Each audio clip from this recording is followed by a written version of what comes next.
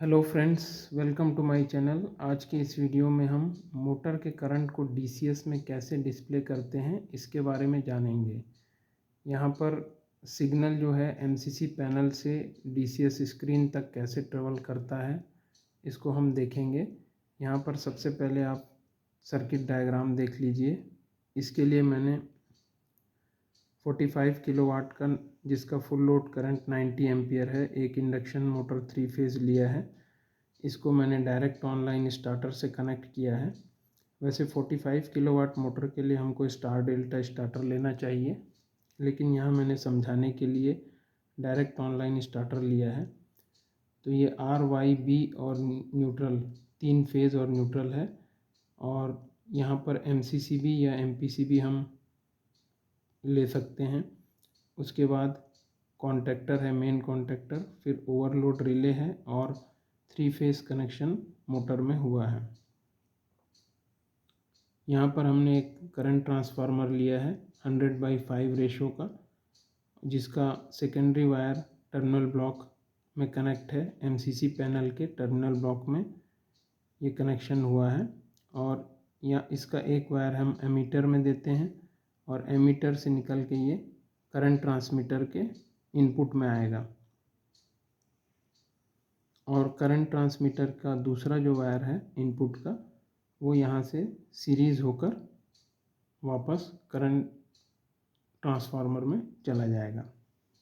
तो ये यहाँ पर एमीटर और करंट ट्रांसमीटर सीरीज़ में कनेक्शन हो जाएगा। जैसे कि यहाँ से करंट निकला और ऐसे फ्लो होके इसको रिटर्न पाथ ऐसे मिलेगा और ये वापस यहाँ पर करंट ट्रांसफार्मर में कनेक्ट हो जाएगा। करंट ट्रांसमीटर में दो आउटपुट है, 4 to 20 मिली एम्प्स के डीसी सिग्नल है ये। तो ये जो 0 to 5 एम्पियर यहाँ पर इनपुट आएगा, इसको ये 4 to 20 मिली एम्प्स में कन्वर्ट करके आगे भेजेगा, जो कि मार्शलिंग पैनल ये भी एमसीसी पैनल का ही एक पार्ट होता है। इसमें हम इसको कनेक्ट कर देते हैं।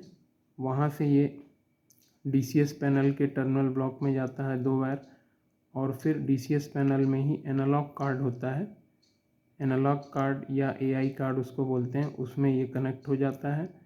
फिर वहाँ से वो ऑपरेटर को स्क्रीन में करंट डिस्प्ले होता है, वहाँ पर शो होता है।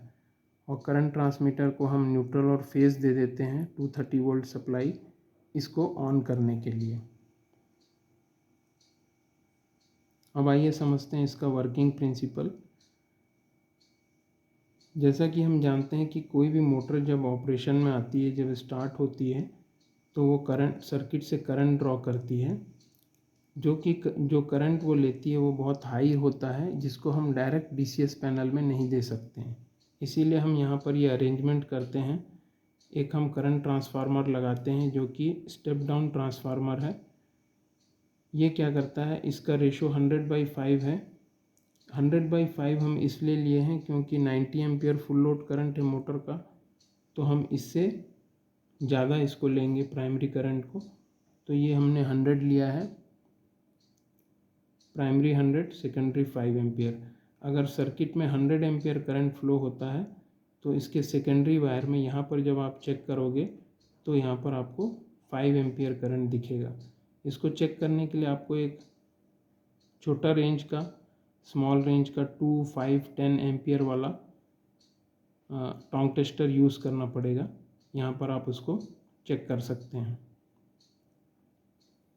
यहाँ पर एक बात आप ध्यान देना, कभी भी ये सीटी का जो 2 वायर यहाँ पर कनेक्ट है, जब भी मोटर ऑन कंडीशन में रहे, ये दोनों वायर में से कोई भी वायर कहीं पर भी डिस्कनेक्ट नहीं होना चाहिए।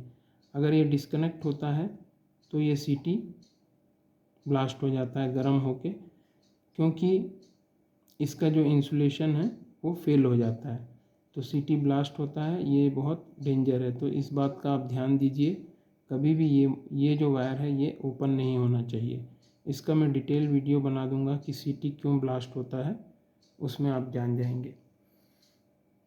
अब हम आगे देखते हैं कि ये इनपुट में आ गया, करंट ट्रांसमीटर के इनपुट में आपका अगर यहाँ पर 100 एम्पियर करंट फ्लो हो रहा है तो यहाँ पर 5 एम्पियर आएगा। और ये 0 to 5 एम्पियर जो करंट है, ये करंट ट्रांसमीटर इसको 4 to 20 मिलीएम्प्स आउटपुट में 4 to 20 मिलीएम्प्स में कन्वर्ट कर देता है। तो हम ये 4 to 20 मिलीएम्प्स जो आउटपुट है मार्शलिंग पैनल में कनेक्ट करते हैं। उसके बाद ये DCS पैनल में चला जाता है, DCS पैनल से AI कार्ड में जाता है। अब ये DCS पैनल DCS जो सिस्टम है, इसमें हम इस 0 to 5 एम्पियर को 0 एम्पियर को 4 मिलीएम्प्स और 5 एम्पियर को 20 मिली एम्पियर में स्केलिंग कर देते हैं। तो मोटर जितना भी करंट ले रहा है उसी स्केल के हिसाब से वहाँ पर DCS में वो शो होता है।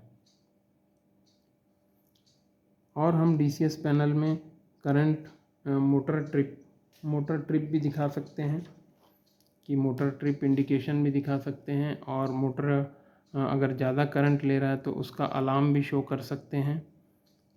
और इस प्रकार से ऑपरेटर जो है मोटर के करंट को और मोटर के हेल्दीनेस को DCS में बैठे बैठे ऑब्ज़र्व कर सकता है। थैंक यू फ्रेंड्स, आपको ये वीडियो मुझे उम्मीद है कि समझ में आया होगा। अगर ये वीडियो आपको पसंद आया तो इसको लाइक, शेयर और चैनल को सब्सक्राइब करें और बेल आइकन को प्रेस करें। Thank you very much.